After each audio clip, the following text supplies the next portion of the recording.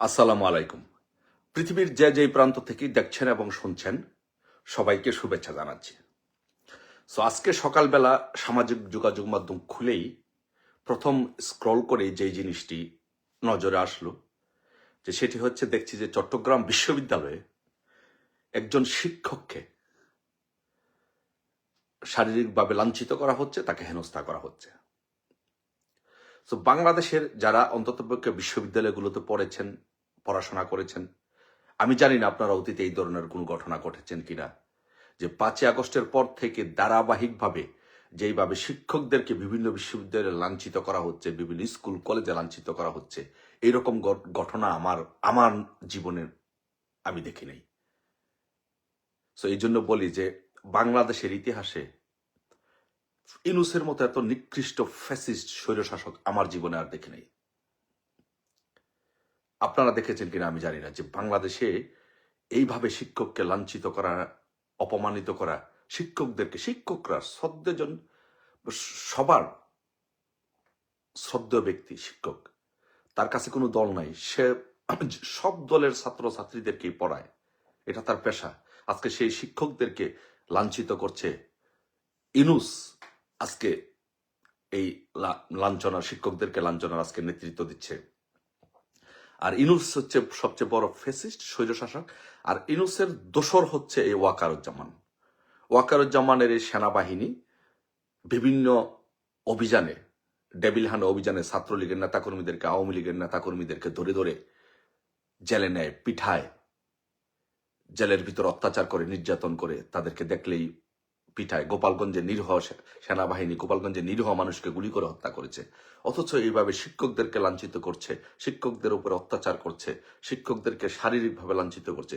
অথচ ওয়াকারের সেনাবাহিনী একজনকেও গ্রেপ্তার করছে না এবং কিছু বলছে না। শিক্ষকরা সকলের শ্রদ্ধার পাত্র। আমি একটি কথা বলি, একটি কথা বলি যে ইনুস কেন, আপনারা তো অনেকে প্রশ্ন করবেন যে ইনুস কেন স্বৈরশাসক, কেন সবচেয়ে নিকৃষ্টতম ফ্যাসিস্ট ইনুস। আমি এটা আপনাদেরকে বলি, এটা আমার একটা জীবনের বাস্তব অভিজ্ঞতা থেকে বলি। এটি সম্ভবত 2003-4 সাল। তখন ঢাকা বিশ্ববিদ্যালয়ের বিসি ছিলেন ডক্টর এস এম এ ফায়েজ। উনি বিএনপি পন্থী, যেহেতু বিএনপি ক্ষমতায়, বিএনপির পন্থী, বিএনপির নিয়োগকৃত বিসি ছিলেন ডক্টর এস এম ফায়েজ। তখন উনি বিসি থাকা অবস্থায় তখন আমাদেরকে ছাত্রদল সর্বোচ্চ পরিমাণ নির্যাতন করে। তখন আমাদের ছাত্রলীগের 17 জনকে জসীমউদ্দিনের একটি রুমে 208 নম্বর কক্ষে আমাদেরকে থাকতে দেওয়া হয়। চিন্তা করেন যে 17 জন, আমরা একটা রুমের মধ্যে 17 জন থাকি। ছাত্রদল আমাদেরকে পানিশমেন্ট স্বরূপ এই শাস্তি দিয়েছে। তারপরে সমস্যা নেই, আমরা ফ্লোরিং করে, গাদাগাদি করে ওই রুমের মধ্যে থাকি। কিন্তু আমাদের এই রুমটাও দিবে না, বের করে দিবে। এখন কি করলো, আমরা সবাই ঘুমিয়ে আছি, প্রায় 2টা-2:30 বাজে, রমজান মাস ছিল। হঠাৎ করে আমাদের রুমের সামনে 2টা বোমা ফুটলো। বোমা ফুটার সাথে সাথেই আমাদের রুমের দরজা জানালা এগুলো ভাঙচুর করা শুরু হলো। আমাদের বিরুদ্ধে স্লোগান দেওয়া শুরু হলো। আমাদের বিরুদ্ধে অশ্লীল স্লোগান দিয়ে আমাদেরকে দরজা জানালা এগুলো ভাঙচুর শুরু হলো এবং আমাদেরকে 2-1 জনকে ইচ্ছা মতো পিটানো হলো। পিটিয়ে আমাদেরকে হল থেকে বের করে দেয়। তখন আমরা হল থেকে বেরিয়ে গিয়ে আমরা মল চত্বরে, যারা ঢাকা বিশ্ববিদ্যালয়ে গিয়েছেন, মল চত্বরে অবস্থান নেই। মল চত্বরে অবস্থান নিয়ে সিদ্ধান্ত নেই যে আমরা বিসি ফায়েজ স্যারকে এটা বিষয়টা অবহিত করব। তখন আমরা বিসি ফায়েজ স্যার মল চত্বরের ওই পাশেই বিসি চত্বর, ওইখানে বিসির বাসভবনে বিসি থাকেন। তখন বিসিকে আমরা নক করলাম রাত্র, তখন চিন্তা করেন রাত্র প্রায় মনে হয় সম্ভবত 2:30-3টা বাজে। বিসিকে নক করলাম যে স্যার আমাদেরকে রুম থেকে, আমরা স্লোগান দিলাম, ওইখানে গিয়ে নক করলাম যে আমাদেরকে হল থেকে বের করে দেওয়া হয়েছে। ঠিক আছে, যদি আপনি আমাদেরকে ব্যবস্থা না করেন তাহলে আমরা আন্দোলনে যাব।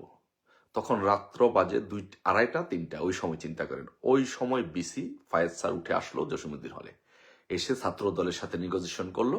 নেগোজিয়েশন করার পরে তারপরে আমরা হলে উঠলাম। তারপরে স্যার চলে যাওয়ার পরে আবার 1 ঘন্টা পরেই আবার ছাত্র দল আবার আমাদেরকে পিটিয়ে হল থেকে বের করে দিল। বাট আমি যে কি কারণে এই কথাটা বললাম, যে উনি কিন্তু এস এম ফায়েজ স্যার কিন্তু বিএনপির বিসি ছিলেন। আমরা বিএনপির বিসি থাকা সত্ত্বেও ওনার কাছে যাওয়ার জায়গা ছিল। আওয়ামী লীগ আমলে অসংখ্যবার আছে আরিফিন সিদ্দিক স্যারের কাছে, আখতারুজ্জামান স্যারের কাছে ছাত্রদল গিয়েছে, মিটিং করেছে। এই যে শিক্ষকদের সাথে ছাত্রের সম্পর্ক, শিক্ষকদের সাথে শিক্ষকদের সম্পর্ক, এই যে সৌহার্দ্যপূর্ণ সম্পর্কটা, এটা বিএনপি আমলে ধ্বংস হয় না, আওয়ামী লীগ আমলে ধ্বংস হয় না, এটা সম্পর্কটা ছিল। কিন্তু আজকে এই ফেসিস্ট ইনুস আজকে কি করছে?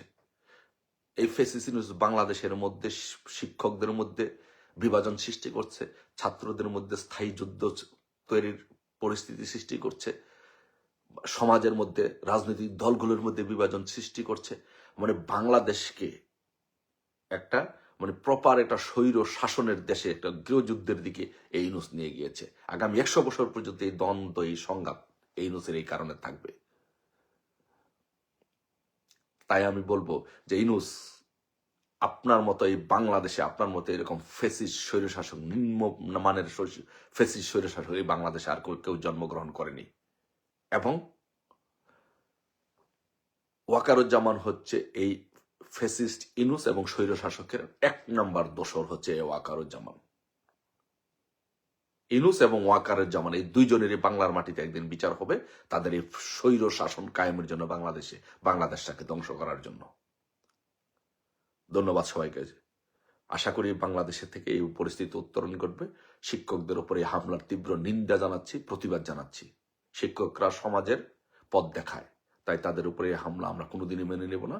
আমরা তাদের এটার প্রতিবাদ জানাচ্ছি। জয় বাংলা, জয় বঙ্গবন্ধু।